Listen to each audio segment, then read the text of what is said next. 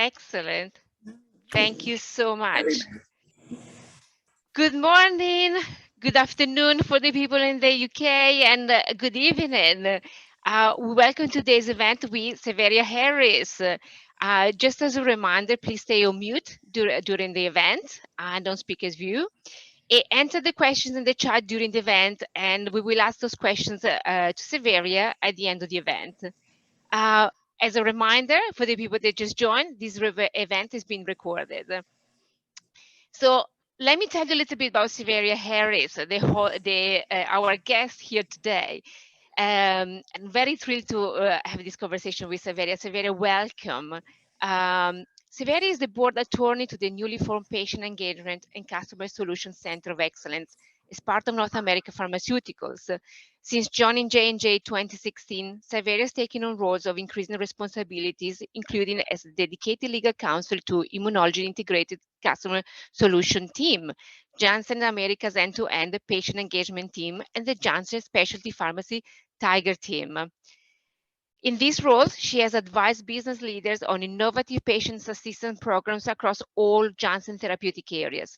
And in recognition of these efforts, Savaria was a recipient of the 2020 Janssen Bravo Award for driving disruptive innovation as a member of the Janssen Select team responsible for the launch of the first direct-to-patient sales model for Xarelto. Savaria is also a member of the Healthcare Compliance and Training and Communication Working Group. She serves as the chair of the corporate chapter of the Women Leadership and Inclusion Employee Resource Group, as a member of the Law Department Task Force for Fighting Racism and Injustice, and is the creator of the WLI Elevate initiative, which has concluded its third season. And prior to current role, Savaria Harris was a litigation partner at the law firms of DLA Piper and Kirkland and Ellis LLP. Savaria is a graduate of Georgetown University Law Center and Yale University. And I am your host today in today's sessions. I'm Paola Franco, Global Associate Director in the Global Commercial Strategy Team at J&J and YWIB-Philadelphia Chapter Chair. So let me tell you then just a little bit about why we're here today with WIB, Women in Bio. So the YWIB-Philadelphia Metro Chapter is an organization of professionals actively committed to promoting careers, leadership of women in life sciences in the Philadelphia area. We provide mentorship and professional development opportunity across the career continuum, from those just beginning their careers to interested veterans like you, Savaria. And then I'm here representing young women in bio, YWIB today. YWIB partners with leading companies like J&J, university, hospitals, and other organizations to host highly engaging educational and motivational programs for young women interested in STEM, and give girls today the inspiration and supports they need to become tomorrow's leaders in STEM. So we strive to provide education and hands-on experience, as well as our passion for all scientific fields. If you would like to know more, please send me an email, and I'll share with you also in the chat all the links that you need. So thank you. So Savaria, welcome. Thank you so much. It's an honor to be here. It's an honor to be here with you and the ladies of WIB. I think I also saw a couple familiar faces from J&J on the line. So I want to say thank you to my colleagues for coming out to support. And this is one of my favorite topics, and so happy to share. I think just to note that you might be still screen sharing, Paula. So if you want to stop screen sharing, we can see everyone's faces who wants to be online at 9 o'clock in the morning. And if you don't, I don't blame you. I don't even like being on camera at 3 p.m. So it's fine, whatever you choose. Thank you so much. I just stopped sharing. Savaria, thanks for your guidance as well. So Savaria, so there's some J&J people. I'm from J&J as well. So I know what WLI Elevate is, and it's a fantastic program, but not everybody knows about WLI Elevate. So what is WLI Elevate? Can you explain it to the audience here today? Thank you. Yeah, absolutely. No, I think that's a great place to start. And WLI Elevate, first and foremost, is an initiative that is for women, by women, that seeks to transform and inspire. And the first way in which we do that is through conversations. And the style of the conversation was intended to be innovative and disruptive and unique to foster authentic conversations between, frankly, women at work. And then we expanded the initiative to elevate women outside of J&J through partnerships with small women-owned businesses, as well as charities that support women. So with each episode of WLI Elevate, we support a women-owned business globally, not just US businesses, and we support a charity that advances women's interests. Thank you, Savaria. So then the next logical question is, why the name WLI Elevate? Sure. And it's a little bit of a mouthful, right? I think I've heard it pronounced so many ways, like will you elevate? And it's just sort of like gone. I'm Italian. Too many consonants for me. That's right. Some people call it WLI, some people call it Elevate. I can say this, first the WLI comes from Women's Leadership and Inclusion. So I have the honor of serving as the chair of the Women's Leadership and Inclusion Employee Resource Group in our corporate chapter, which is headquarters. So we wanted that to be a part of the name of it because this is hosted by WLI. And the name Elevate, really, I think I sort of shared with you when we were preparing for this, I was trying to think of a name that was rising and positive. And I'm revealing a little bit about myself here, but I am a fan of Sierra's music. And I was getting ready for work one day and I was listening to her then new song, Level Up, had come out. And she had this line in the song where she says, I just keep elevating. And she says, no drama, just upgrading. And I thought that's really captures like the lightness that I want people to feel. I think for women, there can be a lot of shame associated with our stories, professional and personal, mistakes, failures, things that didn't go well, things that we're not comfortable with. And the idea of elevating is like, you're gonna just leave that behind, right? You're not sitting in that, you're not dwelling in it. After this conversation, hopefully you feel elevated and you're looking back on yourself and your story with new lens. And so that was sort of how I selected the word, and others liked it. So it became WLI Elevate. And the rest is history. And the rest is history. Thank you, Savaria. And well, listening to the interviews, and what you just said, I think there's a lot of you in WLI Elevate. So to understand the WLI Elevate, we also need to understand a little bit more about Savaria's. So can you tell me a little bit about your story? So how do you go from being a healthcare lawyer to the creator and the host of a speaker series with Oprah? Right, overnight. No, just kidding. No, that's not how it happened. So a little bit of table setting here, because I still think that for those who may not be at J&J, it still might be sort of resonating as, okay, this is a speaker series. Lots of companies have speaker series. What's different here? I think if you follow us on social media, you might have first noticed some of the names. Paula mentioned Oprah decided to become a part of this. Nicole Kidman, a lot of very high profile women signed up to say, I want to come speak. And that happened in a very short amount of time. So the project's been going on for less than a year. And in that time, we've done 25 episodes. And those episodes just really brought the participation of some of the greatest names of our time. And that's humbling to think about.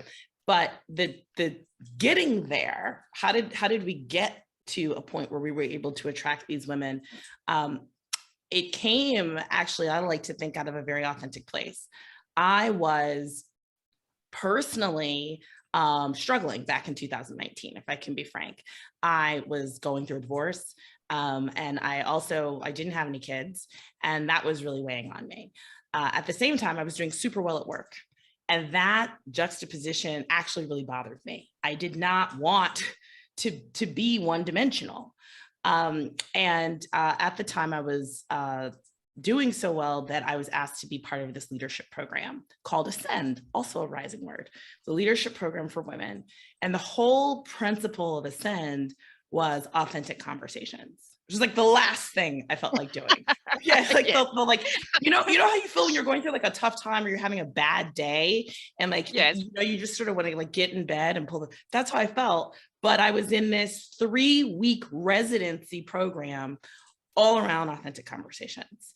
And so there was nowhere to hide, And it actually ended up being an amazing gift because the space was so safe and comfortable for women from all over the company to come together to talk about their lives and their journeys, and how the mantra of the program was, who I am is how I lead.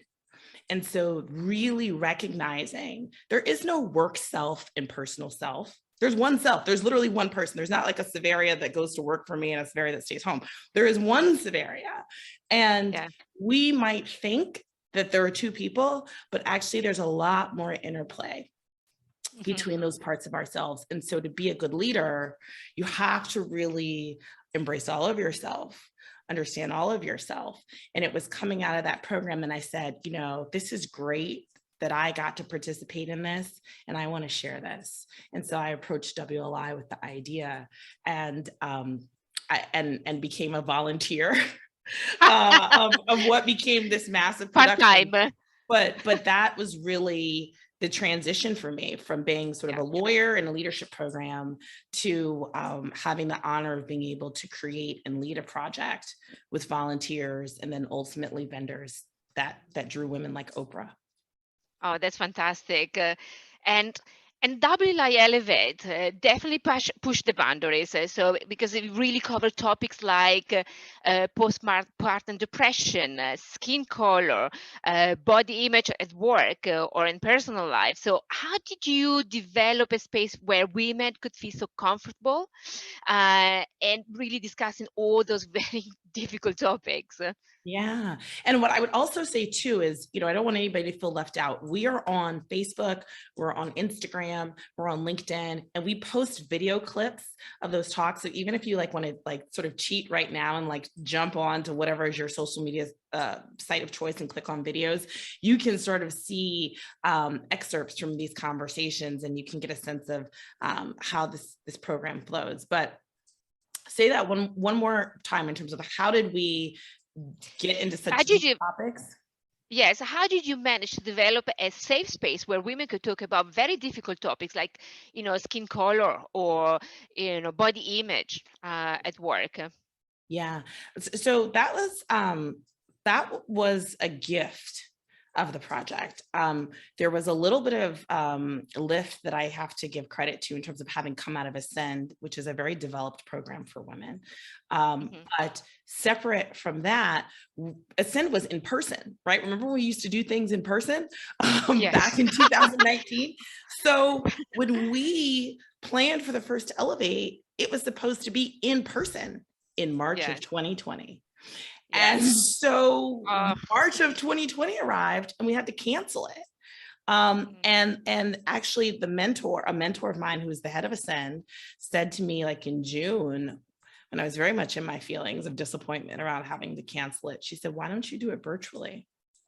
And that was a gift, because by doing it virtually, which is what we did, we retooled, and we were very conscious around how do you create safe virtual spaces? What time of day? Where do people participate from? Should there be a little beverage perhaps to make it more casual? Is the whole thing going to be recorded or not recorded? Like, do you see the audience or do you not see the audience until the very end? Who are the people who are on screen, right? Like who is sitting in conversation with the guests? All of those things the team and I were very, very, very intentional about, because we wanted to cultivate virtually a space that felt safe. And so the short answer is a lot of planning and frankly, testing and looking at the survey data, right? So we'd get a theory about what would work. We'd issue a survey and we'd sort of tweak and tweak and tweak. And then you just get better at it as you go along. Yes, I remember doing those surveys as well. Thank you. You're welcome. Well, thank you for the program.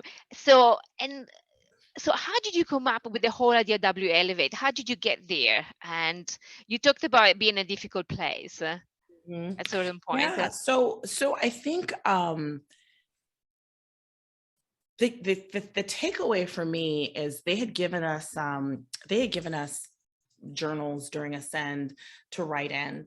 And part of the way I write in my journal is to ask questions of myself that I like to sort of dig into. And one of the things that I thought was like, I'd love to hear other women answer these questions, right? And in fact, I'd love to hear women who seem to have it all figured out answer these questions, because maybe they can give me some insight. Do they ever? And what I came to really understand over 25 episodes is nobody's got it all figured out. We are literally all in this journey. And even when you climb one mountaintop and you hit one pinnacle of success, you inherit new challenges, new problems. Like it's like a video game, right? Like it up levels. Every time you up level, life up levels. And so you're never done. And I think that it was eye-opening for me and for the other women, but also the guests, for all of us to sit in conversation, because the premise of Elevate is it's not an interview, and it's not a panel, and it's not a talk show. There is a set of questions, and not only the guest, but the other women have to answer it. So that vulnerability is met. And because of that, I think that people started bringing to the table their stories in ways that caused everyone to start increasing their vulnerability. And it was very, very cathartic. And, you know, there was a part of me that, was I worried? Like, is this going to go poorly? Is someone going to say something? But it never happened. I think women were incredibly inspired by the stories they heard, and also deeply protective of one another, in terms of like, she had the courage to say that. That's not coming back to her in any way except, you are a queen and a hero. And I know somebody who went through that, or I went through that. And thank you so much for your bravery and sharing. So that was a real gift of the project. I fully agree. And what are your top 3 takeaways, quotes from WLI Elevate? Yeah. So one of the quotes that is a favorite of mine, and I believed in it before, and then I heard Oprah actually say it on the last talk. So it was really nice, but it wasn't the last talk, it was the last talk of season 3. But one of the things is, things happen for you, not to you. And that is one of my favorites, because it is sometimes hard to feel like something is happening for you. It is really hard. But it's a shift. It's a mindset shift, because it's also trusting that you're on your path, and that sometimes things that you would have never written into your story ever, it was positioning you. Even me, I'll frankly say, I went through a very difficult 2019, and I just kept being like, why am I going through this? Why am I going through this? And honestly, I feel as though, because it gave me empathy and compassion at a level that I didn't have it before for other women, things that they go through. And so sometimes when your life goes a little off the skid, it allows you to show up differently for people. And so that was one. The second thing that I really liked was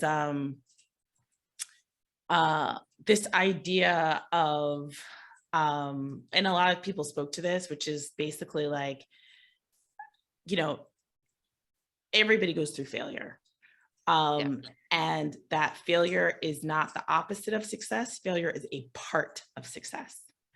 And that if you can start to see that in a yin and yang way of, this is the preparation for success, then you don't take it so hard and you don't beat yourself up so much. So every single woman I spoke to had experienced failure. There wasn't one person who was like, why are you asking me this question? Like, I've never experienced failure. It's like, everybody has experienced failure. So then you get over it. You get over it a little bit faster. And then I think the third thing that I would say is,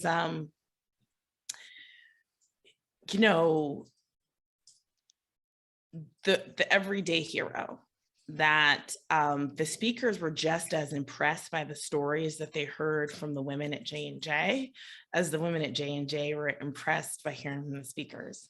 And I think that's the foil, is like, you don't have to look far to find really inspiring stories. You just have to get honest with the people around you. And if you create that space for them to be honest, you will hear some things that will really knock your socks off in terms of just your colleague, and be like, I had no idea you went through that. And the fact that you went through that and no one ever knew, incredible. Yes. Yes. And it's very hard for very strong women to admit that vulnerable place, isn't it? Very. So you don't even know. You don't even know. Exactly. And by the way, Oprah's quote is also one of my favorites. I fully agree with you on that one, and really find it that really like understand why this is happening, how I can turn it around and really make it yours. Exactly. So you mentioned So you mentioned that the question for WLI Elevate come from your journal. So tell me, how do you come up with those questions, and what is the impact of them on the program? Yeah. So seasons 1 and 2 were easier because I had written a bunch of questions coming out of Ascend. And so they were fresh. And I also liked the fact that I wasn't writing them for a speaker. I felt like that might taint it, that like I knew if this was the question for Serena Williams, I might tailor it to her in some way. And the point of Elevate is actually about universality. I didn't want it to be tailored. I want it to feel like these are the kinds of difficult questions I grapple with. And so I just want to flip it to you and see what you have to say. But for season 3, we had run out of all the questions. And so the team was like, where are the questions, Savaria? Where are the questions? And I wanted to write them at the beginning of the season before I knew who all the speakers were, before I knew everybody that we had booked, because I didn't want to get out of my head and into them. I didn't want, I say with the team, we say, if you hear it on Elevate, we don't want you to have heard it someplace else. Like Elevate is supposed to be the place where we learn things that we would not otherwise know about you. So if we can find it on Google, it's not for Elevate. We can find it on Wikipedia, we can find it on your resume, it's not for Elevate. And so I actually had one late night where I stayed up till 3 a.m, again, just writing tough questions for myself, and then sort of emerged later that morning like, okay, this is the catalog. And really it's worth noting that we let the speakers pick. We let them pick which questions, but it has to come from the catalog. That's the deal. So we empower them to have the conversation that they want to have, which I actually think creates more honesty. Because they know it's safe. There's not going to be any gotcha questions. But at the same time, that catalog is tough, man. Like it's yes. some tough questions. Like, what lesson in life did you learn the hard way? You can't tell us about work. So what lesson in life did you learn the hard way outside of work? Yeah, no, fantastic. And in fact, you touched on something early on, which I wanted to, ask in this question is, during an interview with Vera Wang, she said, I was defined by failure, which is a fantastic insight. And you often mention that your dad tells you your challenge in life, Savaria, is not knowing how to persevere, but when to let go. So when do you know enough is enough, and how do you let go? Yeah. Okay. So the first thing is we just have to pause for a second that Vera Wang said she felt defined by failure. Like, go watch that interview. We have clips of it on social media. Yes. I literally was like, this woman is a name that is the opposite of failure, right? There's like, give us 100 words for Vera Wang, failure is never coming into it. And she said she felt defined by it. So that's the insight, right? That's the unlock. What's going on up here is not what people are saying out there. And I resonated with that. And I come from a family of really hard workers. I pride myself on my ability, my stamina to work hard, to stay up late. But I think even my father was kind of like, this can get worrying. What are you trying to prove? And it's not for you. The issue is not, can you go hard and go longer and stay late and get it right and get it perfect? The issue is, when can you let it go? When is this not worth investing your energy? And I sort of felt embarrassed sharing that on Elevate. And then a lot of people, and then what's worse is our social media team wanted to put it on a quote card and stick it on social media. I was hoping everyone would forget that I said that. And they're like, oh, that's great. Like, let's memorialize it. But I think it's because it resonates, right? And where I've come to a place of understanding is I want to be more in tune with my life and present to what it's showing for me. And I have had the fortune of being in spaces where I'm just in flow, where things are clicking. And what I'm trying to do is meeting the moment and it's happening. And I've been in places in my life where I've had to push. And invariably, those times when I was pushing was really the sign that I need to stop. That I had either outgrown this situation or that I had done what I had come to do, or there was nothing more for me to get in being in that situation. And so really now I've sort of become more observant of like, am I in a place where what I'm trying to do and be about matches with what this environment needs, or am I not in that place? And the answer can change, by the way. Sometimes you can start off and then you can move to no longer being in a place of that. And that's okay. And that's your cue to exit. That's your cue to stop. That's your cue to be pencils down. That's not go. That's like, okay, things happen for you, not to you. So if it's not working, maybe that's for you. Maybe you need to stop. Maybe you need to give up because it's not supposed to happen here like you had it in your mind. Surrender and see what else shows up. Fantastic. Thank you. And so since we're talking about this, how would you rebrand the word failure? I feel like there's a very negative connotation to the word, and so it needs to be rebranded. So how would you rebrand it?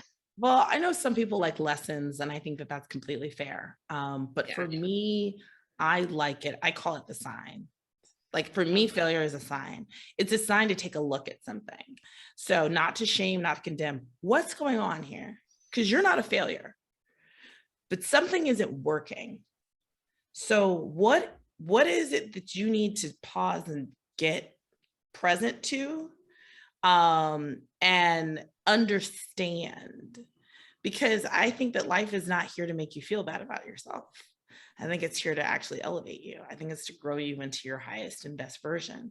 And so I don't actually think that there's failure now. Oprah had said that once, like there's no failure. There's just everything is intending to direct you on your path. And I now think about failure a little bit like a GPS. You know, you ever use the GPS and you make the wrong turn and it just reroutes you, right? You're still going to the destination. You're just not going that way. And that's what I think failure is. It's the reroute. It's saying it's not happening that way. Not that the goal isn't going to happen. It's just not going to happen the way that you thought. Yeah. I love the definition of failure is in the chat. I love it. It's the reroute, it's the GPS. Yes. I love that. And something else you said during the show that I wanted to bring here. I hope you don't mind. But you said in the past that you're the friend that doesn't ask. But I can see that you care for your friends. So how do you offer support to your friends and how do you care for them? Yeah, and so Paula and I were talking about this because there's so much interviewing that I've been doing. She sort of wondered, how do I show up for my friends? And I said, ironically, I'm actually the friend that doesn't ask. And this is sort of consistent with Elevate, right? I let the speaker pick the question. I actually don't believe that it's helpful to ask people about things when they're not ready to talk about them. And that in part comes from my time as a litigator, but I think when the best answers you're going to get from people is when they've had an opportunity to process and to speak freely. They can't do that from a place of shame. They can't do that from a place of worry. They can't do that from a place of embarrassment. So I can know something's going on with a girlfriend of mine, but I just want to be present with her. And we just do whatever she wants to do. And if she wants to talk about it, I'm here. But if she wants to not talk about it and act like it's not going on, I'm here for that too, because I also have been that person who's been going through things and has appreciated the rest of just not being defined by that thing. Sometimes you're going through something bad and that's all you can talk about. And that's all everybody wants to talk about with you. Oh, how's that thing going? How's your illness going? How's your divorce going? How's your job search going? Right. And it becomes you, it becomes the narrative. And sometimes the gift is in just being able to be you, minus that thing, and to come back to it later. Yeah, this totally resonates with me too. Savaria, my mom had cancer, and she really hated when people kept on asking her, because it just kept reminding her what she was going through. All she wanted is vet not to think about it. Yeah. So she would have loved you as a friend. So I would have loved her. I'm sure. And so in terms of growth, have you changed since the start of WLI Elevate? Gosh, yes. Gosh, yes. You know, I think Elevate elevated me. There are so many women who've said, like, I love the project, I love what it's done. You know, people tell me it got them through their divorce. I had one person write me, you know, I've saved so many notes, but one woman wrote, I watched every single episode, except for one, because I was getting chemo that day, but I've watched every single one live. And it showed me that people were really touched. But the thing is, you have to remember, I was someone coming from a place of hurt. So it was like over the course of 25 episodes, I got healed hearing these conversations. And then I sort of grew in the sense of I was first a woman with an idea. By the end, I was the leader of a team. And so it also required me to look at, how do I lead my teams? And I had actually had an approach that had been informed by working at law firms, those very gentle environments. I had, you know, it was like excellence and deadline and speed. And I had to take a look at, you know, okay, the mission is to elevate women, but I got to make sure that the team stays elevated emotionally while they're working on this. So there was a lot of leveling up. There was like the leveling up of my own healing. And then personally, and because who you are is how you lead, then there was also, I think, the leveling up of me as a leader of a project. So yeah, definitely changed me. Thank you. So did you ever feel like quitting? And how did you overcome this feeling? Yeah, I mean, like a million times. Like, you know, I think that's I think that's like something that we have to understand is when you see something being done really well, like it's hard work. It's really hard work. And Elevate was being done as a second job for almost everyone on the team for about, you know, for like 25 shows. And we were doing at one point 2 shows a month. I don't know what I was thinking. I look back on it, I'm like, what kind of pace were we on? And these weren't small names. It was like, get it right names, you know? It was like Nina Garcia, Mindy Kaling, Malala Yousafzai, Serena Williams. It was like, these were names that we easily could have spent 6 months preparing to do that talk. And so, yeah, there was exhaustion, not just by me, by members of the team. There was passion and exhaustion. And what I got really clear about at one point eventually was like, just because you love something doesn't mean it's not going to exhaust you. Doesn't mean there isn't going to be texture to it. Doesn't mean there aren't going to be days where you're going to be frustrated. Doesn't mean that there are going to be days where people aren't frustrated with you. So that's why it's behind the scenes. And I really got to a point where I think I came across something that showed a ballerina's foot, and it had like the beautiful, what do they call it? The point shoes. And then they had it like outside the point shoe, it was like bandaged and bruised and there were cuts. And I was like, this is it. This is it. A lot of times what we just see is the beauty, but we don't see the pressure and the pain that it takes to get there. And you cannot dance on point if you are not willing to also accept the truth that your feet are going to get beat up, right? Yeah. And that's why people applaud the ballerinas, because we know it's hard. They make it look easy, but we know it's hard. Yeah, no, absolutely. So then how do you balance your nature being super nice, but also being so driven and motivated?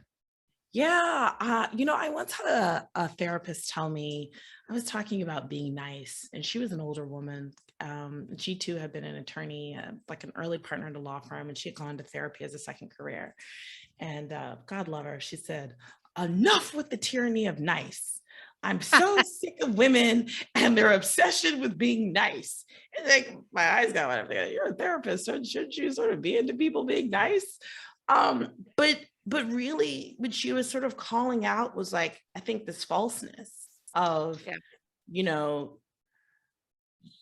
somehow being nice is denying your truth. Who is Mm, that nice to? And so instead of being nice, I think my goal has been to be kind and to be fair and to be supportive. Because sometimes you're gonna, as a leader, have to make decisions. People aren't gonna like them. They certainly aren't gonna call it nice. And I think that you've got to say, am I being fair? Am I respecting this person? Am I showing people grace? Am I being honest? Right. So I used to love that whole, like, I wanted people to say I was nice, completely in that club. Now I accept that I may not be that for everybody, but I hope that I can be these other values, and those are values that I hold more dear. thank you. And in fact, this leads to my next question. What is the number one value that is most sacred to you? Honesty. Honesty. And I think that that comes in with Elevate. The questions are very honest and they're trying to get at truth. But there's an expression that, with no trust, even a kiss is suspicious. Hmm. We've all been in conversations in our lives with people where we don't think that they're leveling with us, and where we have to hang up and we're like, what's that really about? What do they mean by that? And it's such an energy waste. And I'm like, you know what? This would just be much better if you were to just tell me the awful, ugly truth. And then I could know it, and I can know it once and for all, and I can move on, versus wondering if there's something behind this. And Yeah. so I just, I don't have to agree with you, but you get a lot of respect from me for just having the courage to be honest. And similarly, people who appear nice, but who aren't honest, it's hard for me to have Yeah. respect for them, because I sort of feel like, that actually just creates more mental work. And it also creates, I think, can create unnecessary sense of angst and betrayal when you find out that this nice person was not in fact being honest with you. Yeah. Yeah. And so how your friends would describe you if they choose three words, which words would they use? Yeah, I mean, I almost want to like phone a friend, but I think they would say fun. Fun is definitely part of it. And that is like, first of all, like part of Elevate. Like we talk, it's like deep, you talk about all these things, but it's also fun. Like, let's be clear, like it's hype, it's exciting when some of these women that you've watched on the news or watched in TVs or watched on movies come to you. And I think there is a celebratory, I'm a Sagittarius, for those who are into that. I like to have a good time. I love the holidays. I'm a holiday baby. So I definitely think people would say I'm fun. The second word, and you helped me refine this a little bit, Paula, is Ah. reflective. Mm. Reflective. I'm a thinker. Some might say an overthinker. I draw connections. I'm thinking about what's sort of going on. I'm reading the environment and things like that. So I'm very reflective, hence the Yeah. journal. Yeah. And then the third thing I think people would say is committed. Yeah. If I'm in your corner, you don't have to look for me. Like I'm there. I'm shoulder to shoulder. You're, having a birthday party in Washington, D.C., I'm coming. It's very important to me to be present for people in my life who I love, and to be present for the things that I attach my name to. So those are three things that I would say. Yeah, yeah, yeah. I can totally relate to those. I can, you always, during the interviews and WLI Elevate, you always some little quotes.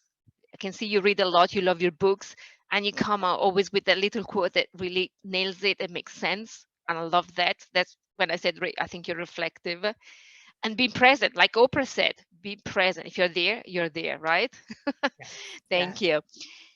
And so I'm wondering, because it's always like 9:45, and I can keep going, but I just want to make sure that people in the audience have a little bit of time to ask questions. And so if you want to type them in the chat, and I also copy for the people they want to know more about, also about women in bio and why women in bio. Please, you find the link in the chat, or please reach out to me. That is my email if you want to know more. And I can see that Renee wanted to know. Can you share a few more of the questions in the catalog? Oh, absolutely. And you know what? I have the video queued up that we were trying to show in the beginning. And so I'll show a piece of that. People can, if that gets their creative juices flowing, or you want to join in and support Renee, throw another question in the chat and we'll tackle that when I come back. Just by way of table setting, WLI Elevate has a documentary, because so many people have asked, like, how did you all create this? What is it like? They wanted to know, what was it like behind the scenes? They want to see the faces of the other women. I stand as one, but I represent so many women who put their soul into this project. And so we created a documentary that's going to be getting screened on our social media next month. So for those who want to introduce this project to their companies, you can absolutely not only look at the video clips, but I think the documentary will be very helpful. And this is the trailer for the documentary. So this is a sneak peek for the women in bio. You disabled screen sharing. Can you enable it, or can someone enable the screen sharing and I'll share it? Thank you.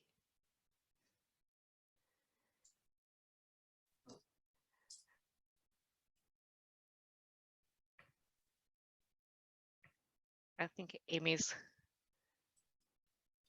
Is Amy fixing it for us? I think so. Amy? Okay, great. I'm the host now. Excellent. All right. Yeah, sorry. It took me a minute. No problem. All right, share. All right. And sometimes, folks, there can be a little bit of a delay, so just bear with me. And Paula, just let me know if you can, everybody can hear and see. Okay. Okay. We're 3 minutes away. No. Did you guys hear anything? I didn't hear anything. I did. Oh, you did? Okay. Yeah. All right, ready. Let me do it again.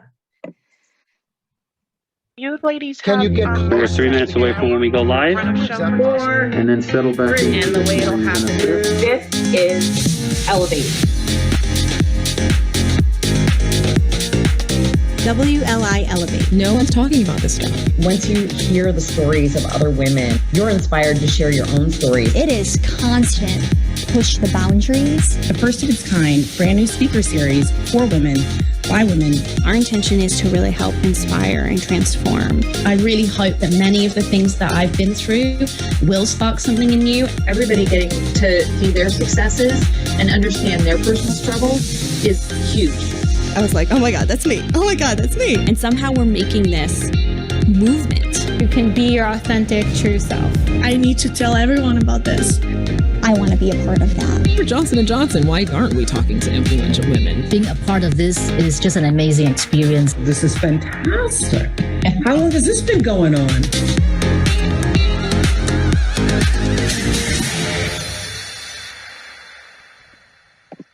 So stay tuned to see more of that. We'll be screening the documentary in different parts. I think we're going to post it in 3 parts, but that's actually the very beginning of the documentary before we get into the story. So with that, thank you, Women in Bio. And please let me know if you have questions. Should we tackle Renee's first? I think Kate has a question. Okay, but we have Renee, so there you go, Renee, and then Kate. Okay, all right. So I'm gonna just look here at the chat again. Can you share a few more of the questions in the catalog? Yeah, absolutely.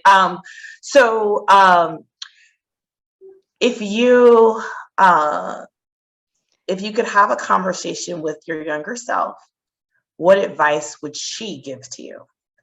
And that is sort of a pivot on the what advice would you give to your younger self? It's a little bit of like, if the 15-year-old you that you were met you now, what would she say? Would she be pleased with where things are? Would she remind you of, would she remind you of your spunk? Would she remind you of a part of yourself that maybe you left back? Would she say we're killing the game? So I think that's one of the questions. Another is, if your life was a book, what would the title be? And so that sort of calls for us of like looking at your story and how would you capture it. Another question that is the signature for us is, how do you wish to be remembered? We ask that at the end of every talk. And that is, I think, you know, it's so funny. Some people have taken it morbidly, like, I'm not dead yet. I'm like, no. Like, how do you wish to be remembered from this conversation? How do you wish to be remembered by your kids, by your family? But it, you know, it's so funny. In no talk has anyone said, I wish to be remembered as a wonderful actress, or I wish to be remembered as a fabulous fashion designer. Like, right? And really, if you think about yourself, you know, lawyer isn't like the top word that's going to come to mind if someone says, how do you wish to be remembered? And so it also is a way of putting life in perspective of like, at the end of all this, what do you want people to say about you? So those are a couple of questions that we have. And I was going to ask you this, you know, but I think Katie has a question, and I'll ask my question before finishing. Katie, do you want to go? Thank you so much for taking the question. I appreciate it. This has been fantastic. I appreciate your candor this morning. WLI Elevate sounds amazing. And it's very interesting because it's difficult to open up when you're going through something tough, or just talk about situations in your life. And when you create a safe space for that, it does become easier. But the truth of the matter is that there are a lot of very unsafe spaces that we have to communicate in. So how do you transition from being this person in these safe spaces where you can open up and bringing that to the difficult spaces that we find ourselves in every day? Yeah, that's a beautiful question. And it was actually a question that we had after Ascend, like, this is so amazing. Now, how do we make it work in the real world? You know, the thing is, there's the conscious level at which you do the work, and then there's the unconscious level. Part of it is trusting. You change as a result of being more honest. And you don't have to consciously be like, okay, I learned. It's how we're sort of taught in school. Like, okay, you learn the rule and then you apply it here. And actually what happens is it's like the friend who runs the marathon, or the person who, you know, maybe goes on a health kick and loses a bunch of weight, or somebody who comes through a difficult health experience. The work is happening within you. You show up differently. It's not happening at a conscious level. You just become more aware of yourself, and you also become more aware of other people. So instead of being so reactive, and this was big for me, I started to be able to see, okay, this isn't about me. This is about them. And I was able to be calmer in situations. But then there was also a part of me that was very avoidant. And I thought that it was very professional to not say anything. I would under-escalate. I was an under-escalator. Like, I'm going to escalate. I was not going to escalate. I was like, I don't need anybody above me to think I'm incompetent, so I'm not going to escalate. And I got more comfortable confronting people because I knew how to do it without being nasty. I knew how to do it from a place of truth, of just like, okay, I'm going to wait till this call is over. I'm going to call Kate directly. The old me would have been like, what? But the new me could do it because just the work had happened within me. And it's kind of like when you go on your health kick and you're like, this ain't working. And then you put on that old skirt. And you're like, I lost weight. Like, you're sort of surprised yourself that you've become this different version. And so what I would just say to people is like, immerse yourself in the experience. First and foremost, don't worry about how cognitively is going to take place. You're going to shift. And then you're going to start noticing things that used to scare you don't scare you. Addressing things, you're going to start addressing things differently because you don't have the same fears you used to have.